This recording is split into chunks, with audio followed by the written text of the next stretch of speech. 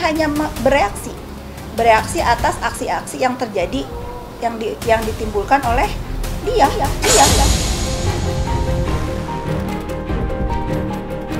Jadi memang sangat signifikan pasal pencucian uang ini. Jadi kalau misalkan tidak bisa membuktikan ini, pasti tuntutan jauh di bawah, bahkan bisa jadi di bawah 6 tahun.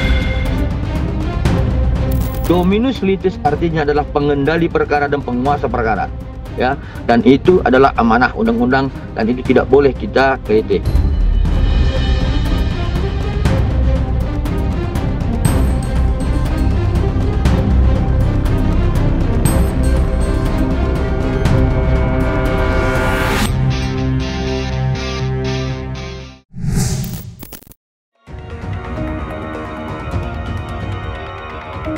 Perjuangan selebritis Nikita Mirzani dalam mencari keadilan kini membawanya untuk membuat aduan di Komisi Pemberantasan Korupsi alias KPK terkait isu adanya aksi pengkondisian yang diduga melibatkan sang seteru dan oknum aparat penegak hukum. Sontak saja, laporan itu memancing spekulasi yang tidak hanya melebar, tetapi juga menyeret sederet pihak lain yang sejatinya tidak terlibat langsung dalam perkaranya dengan Dr. Reza. Buktinya, nama Fitri Salhu terus sampai ikut terbawa-bawa. Menanggapi hal itu, Fitri Salhu akhirnya jengah juga. Dan melalui media sosial, ia lantas buka suara dan melempar setumpuk sindiran pedas. Si terdakwa pemerasan dan TPPU udah di titik nol aja masih onal. Niki, terdakwa TPPU, artis bintang, cukup gayaku yang kau tiru. Dari dulu, gak pernah mau niru gaya kau. Gak ada hartaku yang perlu dicuci, semua hasil kerja halal. Makanya enak makan, enak tidur, dan enak bales kau. Tak berhenti di situ saja, Fitri pun menyindir kondisi sang mantan sahabat yang hingga kini masih meringkuk lesu di balik jeruji besi. Udah tak, suruh buat gemas sana. Kan banyak waktu kau daripada mandani jeruji, mikirin kapan ke Eropa. Bilang sana sama Pak Po, Pak, coba cek harta si Nepos. Apa yang dia miliki buat hati saya panas, sepanas sel saya yang gak ada AC. Mang enak dibales, orang bebas tuh bisa ngebales kapan aja dan di mana aja. Saya nggak geram, awalnya saya geram, dari geram ya udah jadi lucu gitu ya, dari lucu kok aneh ya jadi jijik, sekarang jadi kasihan gitu. Semakin kesini semakin ngawur, bukannya semakin sini semakin fokus kepada pembelaan dirinya agar terjerat dari tuduhan TPPU dan pemerasan. Kenapa Fitri Salhu selalu menjadi cerita-cerita dalam setiap persidangan. Nanti kalau saya ngomong begini, pendukung-pendukungnya dibilang ikut campur terus. Padahal kan selama ini saya hanya bereaksi atas aksi-aksi yang terjadi, yang ditimbulkan oleh dia. Gitu ya, jangan marah kalau saya bales. Saya kan udah bilang, saya udah nggak bisa diam lagi. Sekarang kalau ada apapun berita tentang saya yang nggak benar, saya luruskan, sekalian saya injek gitu. Nggak bisa lagi saya diem. Terseretnya nama Fitri Salhu ke dalam pusaran laporan KPK Nikita sejatinya bermula dari sebuah isu sumir di jagat maya, di mana Fitri diduga pernah bertemu dengan salah satu jaksa penuntut umum yang bertugas di perkara Nikita Mirzani. Fitri yang merasa semua itu tidak benar, lantas membantah dengan tegas. Bahkan, ketika ditemui beberapa waktu lalu, Fitri sampai memberikan tantangan berupa sayembara dengan hadiah ratusan miliar bagi siapapun yang dapat membuktikan pertemuannya dengan sang jaksa. Saya ada sayembara 244 miliar. Besarnya sama dengan tuntutan si terdakwa Nikita Mirzani ini kepada pelapor yang melaporkan dia. Kalau ada foto saya dengan yang terhormat JPU Ibu Dona, wah seru nih. Karena saya kenal pun tidak, ketemu juga nggak pernah, ngelihat aja cuma di TV pada saat persidangan. kok bisa dia telan mentah-mentah informasi yang akhirnya membawa dia punya musuh loh. Dia mengatakan itu di depan majelis hakim yang mulia tanpa jelas sumbernya dari mana, kebenarannya dari mana. Kok bisa serendah ini dia mengatakan statement-statement yang nggak jelas seperti itu. Saya tantang itu. Jadi ya kalau misalnya dia bicara memang SS ada foto dengan JP Udona kalau nggak salah ya pasti itu ada datanya. Dan aku sudah bocor gimana foto. Berarti sayembaranya kan ada sayembara 244 miliar ya atau meter ya atau meter. Nah mungkin 244 meter mungkin bisa dijawab. Itu kan seorang SS kemarin sempat melayangkan sayembara tersebut. Sangat disayangkan ya. Si Nikita Mirzani ini biasanya pinter. Biasanya dia sangat hati-hati atas informasi yang diberikan oleh netizen. Ya, kok kali ini dia serendah itu? Kok kali ini dia sepicik dan sereceh itu mendapatkan informasi dari netizen yang nggak tahu juntrungannya, nggak jelas, dia telan mentah-mentah. Saya sebagai orang yang disebut terus sama dia, bukannya marah ya, malu. Kenapa dia serendah ini sekarang mempunyai statement-statement yang tadinya kan statementnya wow gitu ya, apa yang keluar dari mulut dia itu bombastis sesuatu. Kenapa sekarang informasi dari netizen yang nggak jelas kali kamu telan mentah-mentah? Kenapa itu?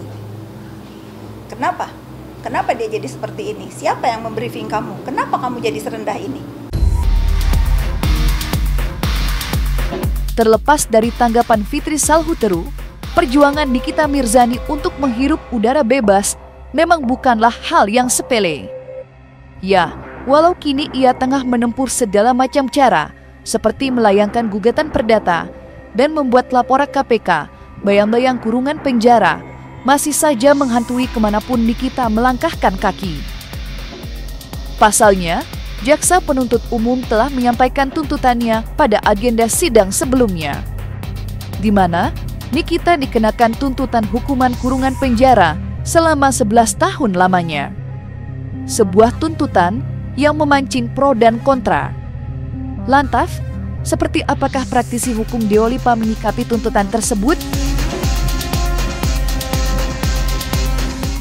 Jadi ya, yang namanya tuntutan itu adalah kewenangan jaksa. Apapun persoalannya, pasalnya apa, ketika ada persidangan pidana dengan dakwaan, ketika masuk ke fase tuntutan, semua adalah kewenangan jaksa. Tentu jaksa mengukur dengan ancaman hukuman yang ada, paling lama berapa tahun, gitu. Jadi kalau kasusnya Nikita Mirzani kan paling lama 20 tahun itu, kalau TPPU kan, ya makanya diambil di wilayah 11 tahun. Apakah itu rasional? Ya kita nggak tahu rasional apa tidaknya, tapi memang jaksa ketika menuntut, mereka merapatkan dulu dengan jaksa di atasnya, dengan petinggi-petinggi yang sudah tercantum dalam surat perintah penanganan perkara.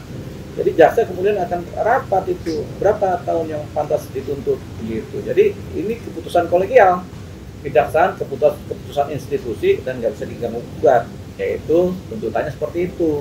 Kemudian dianggap berat atau apa ya, timbang-timbang masing-masing. Bagi terdakwa berat, bagi pelapor kita nggak tahu, bagi majelis hakim kita nggak tahu. Tapi tetap, walaupun jaksa menuntut, tetap hakim juga yang memutuskan. Tapi lucu aja gitu hukum di Indonesia. Kalau semua jaksa kayak jaksa gua penuh rutan pondok bambu sama orang yang nggak bersalah. Ya, itu kan pikiran terdakwa sama pengacaranya. Makanya kita bilang bagi terdakwa selalu tuntutannya itu berat, begitu. Bagi jaksa enggak, bagi hakim dia belum tahu, begitu. Jadi ya pastilah berat tuntutan itu. Apalagi 11 tahun kan. Coba aja kita pikir-pikir. Dituntut 5 tahun aja, kalau diputus 2 tahun kan berat. Sekarang dituntut 11 tahun. Bagaimana hukumannya? Kalau hukuman 5 tahun aja udah berat juga kan. Gitu. Makanya terdakwa pasti protes. Gitu. Nah, ini kita Mirzani kan terdakwa di perkara itu kan. Ya, dia pasti protes lah. Wajar dia protes itu. Itu pikiran dari terdakwa. Selalu begitu. Semua terdakwa ketika dituntut hukuman yang berat, selalu akan protes di sisi-sisi itu. Ini tuntutannya ngarang nih, ngawur ini. Padahal tuntutan ini dasarnya adalah pertimbangan-pertimbangan dari kolegial jaksa yang melakukan rapat gelar penuntutan namanya. Jadi ketika sudah digelar penuntutan, rapatnya ini diputuskan lah ancaman hukuman yang sekian, tuntutannya sekian. Tuntutan 11 tahun penjara yang membayang-bayangi Nikita belakangan ini memang menjadi topik hangat perdebatan masyarakat. Di satu sisi, banyak yang merasa tuntutan itu sangat masuk akal. Mengingat pelanggaran-pelanggaran hukum besar yang diduga dilakukan oleh Nikita, serta perilakunya di persidangan. Sedang di lain sisi, tak sedikit pula yang merasa tuntutan itu sangat berlebihan. Lantas, seperti apakah seorang pakar hukum menanggapi tuntutan tersebut? Sudah tepatkah hukuman yang diberikan untuk Nikita? Kalau secara sederhana ya, dia kan didakwa. Kita kalau melihat tuntutan berarti harus melihat dakwaannya. Kalau dia didakwa itu dengan pasal 27B ayat 2, Junto 45 ayat 10 Undang-Undang ITE, itu ancaman pidananya 6 tahun. Tetapi dia tidak hanya didakwa dengan pasal ancaman pemerasan untuk menyebarkan, untuk pencemaran nama baik ya. Jadi itu ancaman pemerasan dengan kalau dia tidak mendapatkan uang atau tidak akan memberikan pencemaran. Itu hanya ancamannya 6 tahun kalau melalui elektronik. Nah, kalau pencucian uang di dalam pasal 3 Undang-Undang nomor 8 tahun 2010 tentang pencucian uang, itu dia diancam dengan pidana 20 tahun. Jadi sebenarnya kalau di dalam konteks ini kan ini terjadi perbarengan. Jadi ada dua perbuatan pidana yang berdiri sendiri-sendiri, yaitu perbuatan pemerasan dengan pengancaman pencemaran ditambah perbuatan pencucian uang. Yang sebenarnya maksimalnya 20 tahun, karena kalau misalkan dijumlahkan 20 plus 6 tidak boleh kalau dalam konteks ini, karena pidana penjara maksimal 20 tahun, jadi maksimalnya 20 tahun. Yang kemudian diberikan pertimbangan-pertimbangan menjadi 11 tahun. Harus dilihat juga tidak hanya dakwaan, tapi alasan-alasan yang memberatkan menurut penuntut umum itu apa saja, sehingga kemudian tercapai angka 11 tahun itu memang sudah menjadi dominus litisnya atau kewenangan dari penuntut umum untuk menilai sendiri pembuktian mana yang terbukti. Jadi yang dianggap terbukti tadi dua pasal tadi ditambah berbagai faktor lain untuk menentukan 11 tahun begitu. Pasal TPPU-nya sangat signifikan ya. Kenapa sangat signifikan? Karena kalau dia hanya pakai pasal pemerasan dengan ancaman pencemaran tadi itu hanya maksimal 6 tahun. Tetapi karena di sini ada pencucian uang yang dimana maksimalnya adalah 20 tahun, makanya dia bisa meningkatkan. Jadi ketika dia ada kecil, sanksinya kayak seperti penipuan, penggelapan, itu kan ancaman pidananya tidak sampai hanya sekitar 5 tahunan. Dalam konteks ini tidak akan maksimal. Kalau dicara pencucian uang bisa menjadi 20 tahun dan lain sebagainya. Jadi memang sangat signifikan pasal pencucian uang ini. Jadi kalau misalkan tidak bisa membuktikan ini, pasti tuntutan jauh di bawah, bahkan bisa jadi di bawah 6 tahun. Tak hanya memancing silang pendapat di kalangan masyarakat, tuntutan yang dijatuhkan JPU kepada Nikita turut mendapatkan beragam opini dari kedua pihak yang berperkara. Buktinya, Nikita dan Usman Lawara sang kuasa hukum tidak segan-segan menyatakan tuntutan JPU berlebihan. Sampai-sampai Usman Lawara berpendapat kalau tuntutan itu sudah melenceng dari sederet fakta persidangan yang telah disajikan selama proses hukum berjalan. Lantas, bagaimanakah penjelasan pihak Nikita terkait hal tersebut? Serta seperti apa pula pihak kuasa hukum Dr. Reza menyikapi keberatan Nikita? Ketika penuntut umum membuat tuntutannya dan kemudian itu harus berdasarkan fakta persidangan, ya, harus berdasarkan fakta persidangan. Saya ulangi, harus berdasarkan fakta persidangan.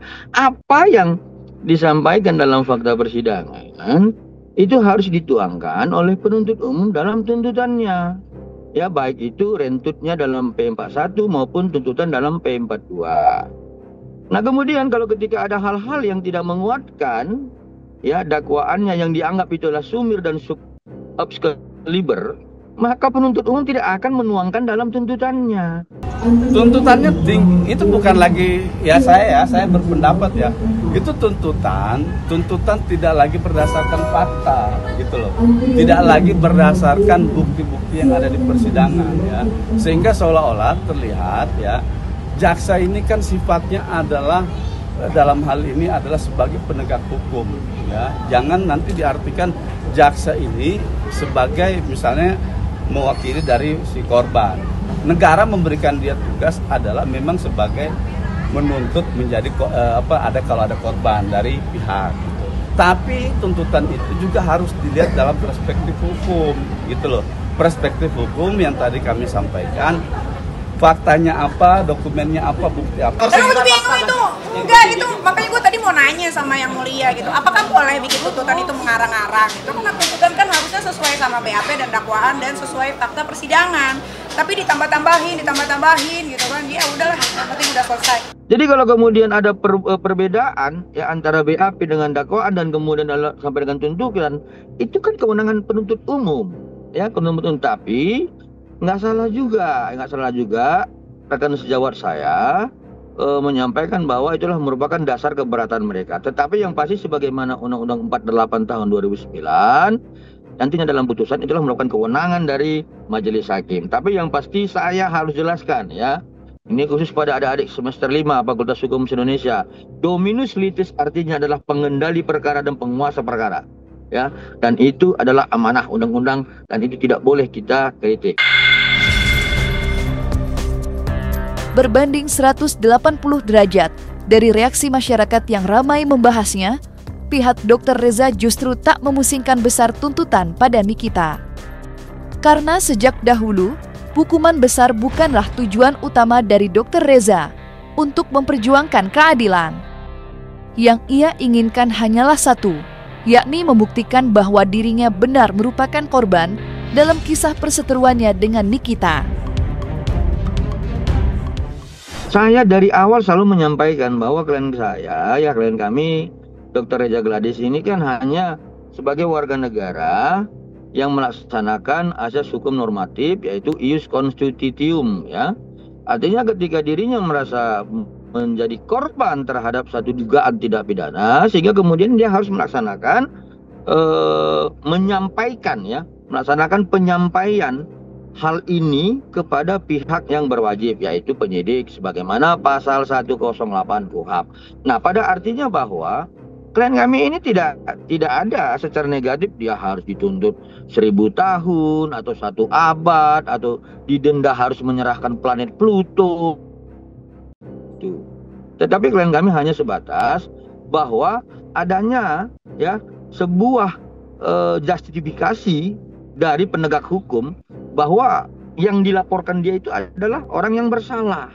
Klien kami akan bisa menjustifikasi dirinya kepada masyarakat bahwa dirinya adalah korban. Bahwa terkait apa yang disebarkan, direview, didistribusikan, terkait produk itu adalah salah dan itu adalah alasan endorse, itu enggak benar. Hanya itu. Sehingga kemudian klien kami mendengar ada tuntutan dari penuntut umum 11 tahun, ya respon dia hanya satu ketika dia telepon saya, Bang Biring udah makan belum? Oh, udah dok, saya bilang begitu. Ya iya, dia hanya mempertanyakan kesehatan saya.